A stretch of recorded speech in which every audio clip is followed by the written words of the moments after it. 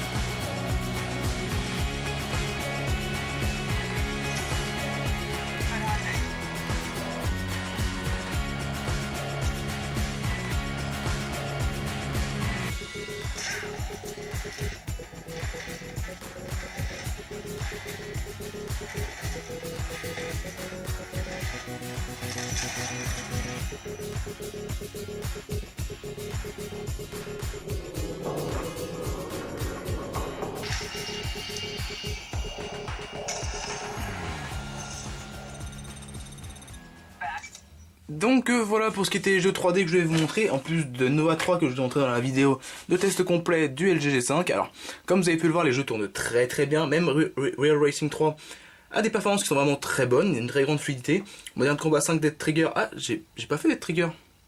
J'ai pas fait Dead Trigger, ah. J'ai pas fait Dead Trigger, je crois pas. Si, je l'ai fait. Si, je l'ai fait. Je suis bête, je l'ai fait. Laissez tomber, j'ai la mémoire qui commence à ne plus aller bien. Bref, comme vous avez pu voir, tous les jeux 3D tournent très bien. Maintenant, un point que je n'ai pas vu moi-même et que je me suis gardé la surprise pour la vidéo, c'est exprès sur le gaming LG3 si vous voulez, c'est vraiment les émulateurs. Donc on va commencer par un émulateur de PSP, donc PPSSPP. Je vais utiliser quel jeu? Alors hop, PSP ROMs. Allez, Gran Turismo, le jeu le plus lourd que j'ai. Quand on va accélérer. Alors, une chose qu'on va faire avant de commencer à jouer, c'est d'activer dans les outils, je sais plus, c'est graphisme je crois, ouais. Montrer les compteurs de FPS, comme ça vous allez pouvoir voir en temps réel à quelle vitesse tourne le jeu. Donc déjà là comme vous pouvez le voir, alors que ça j'ai jamais réussi à l'avoir sur un téléphone, l'introduction de Gran Turismo elle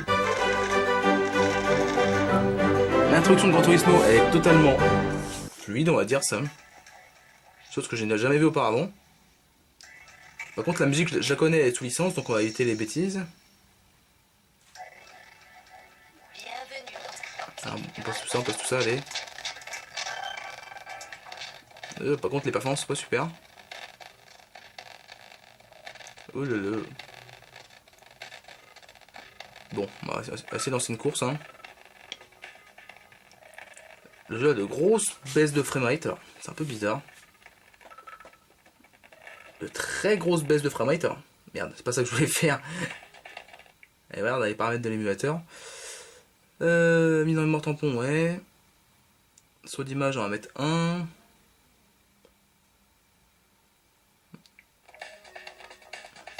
Ça va déjà mieux. Ça va un petit peu mieux quand on active le saut d'image. Mais bon, c'est pas super. Enfin, c'est un peu mieux. C'est un peu mieux pendant pas longtemps. On va prendre un circuit au hasard. Alors comme vous pouvez voir, c'est pas partout justement où ça fait des trucs bizarres.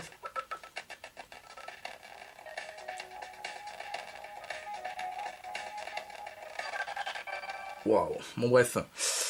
Gran Turismo sur PSP, c'est un jeu qui est lourd, mais avec un temps de chargement qui est incroyable, parce que sur PSP ça met des plombs, mais là ça met que dalle. Bon, essayons hein. Ah, le jeu est fluide. était. Le jeu était fluide.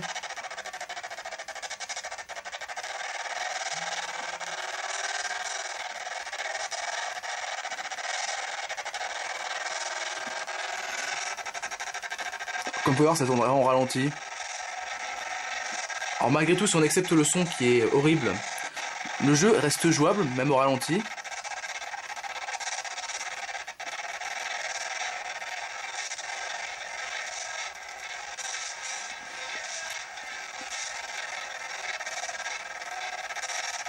Bon, le son est horrible. Je pense que dans l'émulateur, il doit y avoir moyen de régler le son. Sinon, dès que le jeu aura mis en mémoire tampon un peu le circuit, bah ça ira mieux, mais bon. Comme vous pouvez voir, on a des grosses chutes de framerate. On tourne entre 15 et 25 images secondes. Ce qui est correct, parce que des fois sur ce jeu-là, j'ai atteint les 5 ou 10 images secondes. Boum.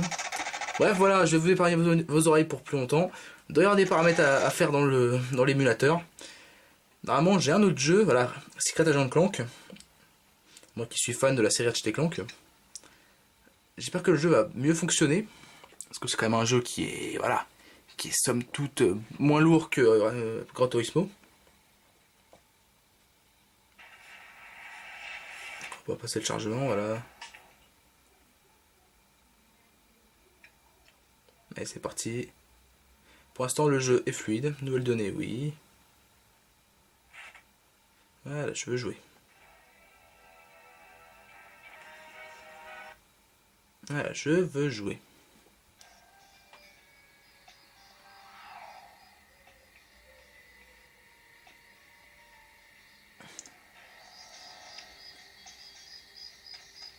Les gardes enverront leurs chiens. Et crotte, ça commence bien.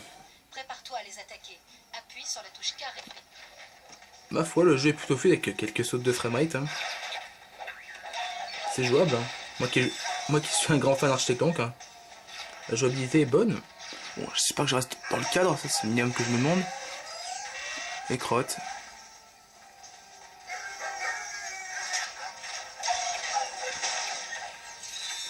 C'est jouable. Le nombre d'FPS c'est pas énorme non plus, mais bon. Encore une fois, je vais te faire un petit peu des réglages.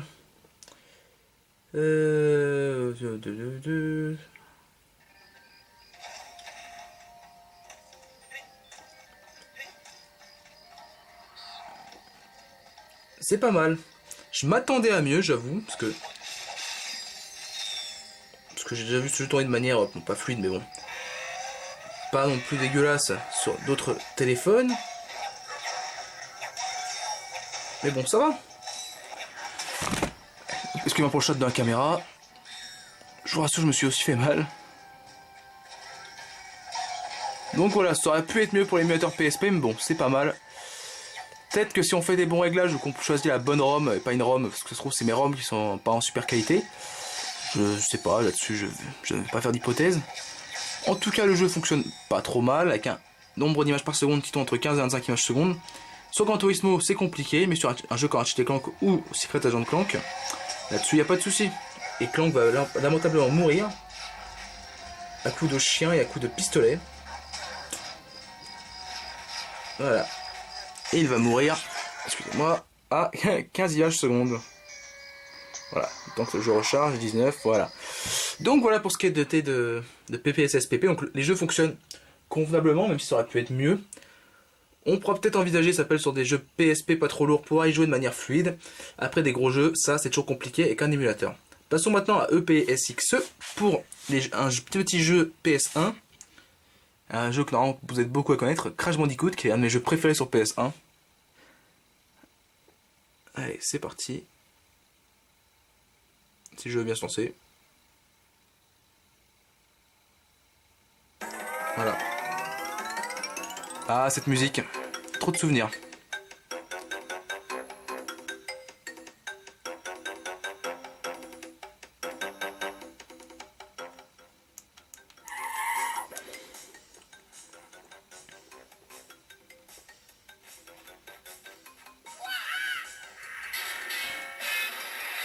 Alors, comme j'ai déjà joué au jeu, ça s'appelle, je sais plus où j'ai foutu mes codes pour avancer plus loin dans les niveaux. C'est pas grave, on va prendre le premier niveau qui est simple. Hein. Alors par contre, je dois avouer, ça s'appelle que la jouabilité à écran tactile va pas être super vu que les boutons sont tout petits sur ce jeu-là. Mais ce qui est bien, c'est qu'en fait, la touche, enfin, ce qui est la croix directionnelle sur les PS1. Là, en fait, ça agit un peu après comme un joystick. On peut tourner dans tous les sens, donc c'est bien. Ça a été bien pensé à ce niveau-là. Par contre, moi, le bouton est vraiment tout petit, c'est pour ça que vraiment j'ai du mal. Je ne sais pas. More options. Bon, je ne sais pas.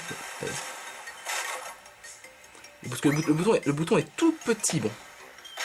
C'est dur, et on va le faire. Voilà. Et comme pour entendre, ça s'appelle Crash Bandicoot, c'est un jeu qui est quand même un peu déjanté avec des bruits bizarres. Avec des bruits de partout, déjà une musique qui est sympathique.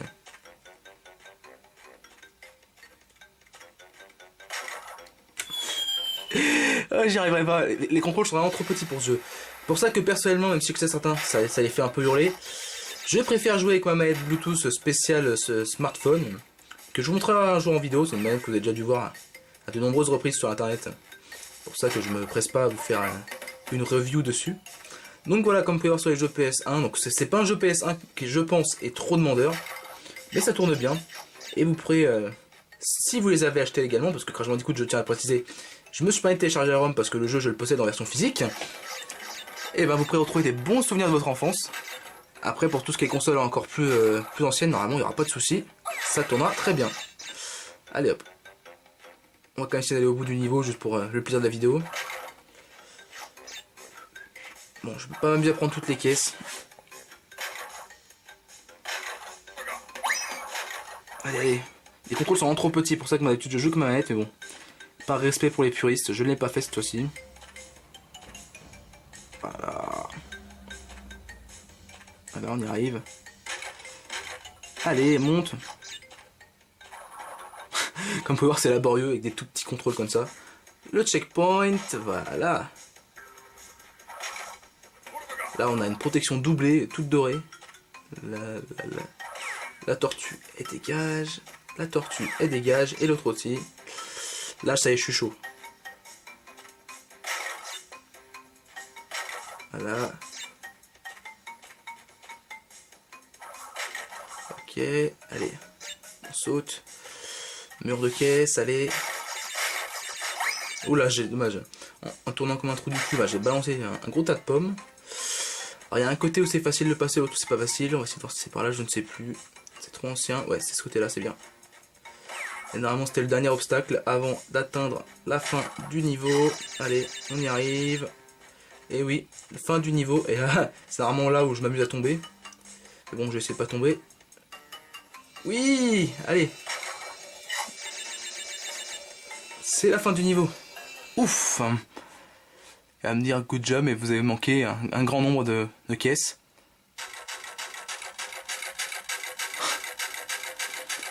Et voilà, on termine cette vidéo gaming sur le LG5 par Crash Bandicoot qui se fait massacrer à coups de caisse non cassées. Donc voilà pour cette vidéo gaming sur le LG5 qui était un petit peu plus longue que prévu parce que je me suis comme aussi un peu fait plaisir en jouant face à la caméra. J'espère qu'elle vous aura plu. Donc si vous voulez voir plus de vidéos de ce type là sur les autres téléphones que je testerai dans le futur, notamment pour vous montrer les performances des processeurs sur des SoC, c'est mieux que de dire les vrais mots, des SoC, donc avec des processeurs sur les écrans, n'hésitez pas à mettre un pouce en l'air. Si ça ne vous intéresse pas plus que ça, et ben vous pouvez me le dire en commentaire. Et si vous n'avez pas du tout aimé cette vidéo et que Crash Bandicoot c'était votre jeu vraiment que vous détestiez quand vous étiez plus petit, et ben n'hésitez pas à mettre un pouce rouge. Mais bon, ça c'est déjà un peu plus ironique.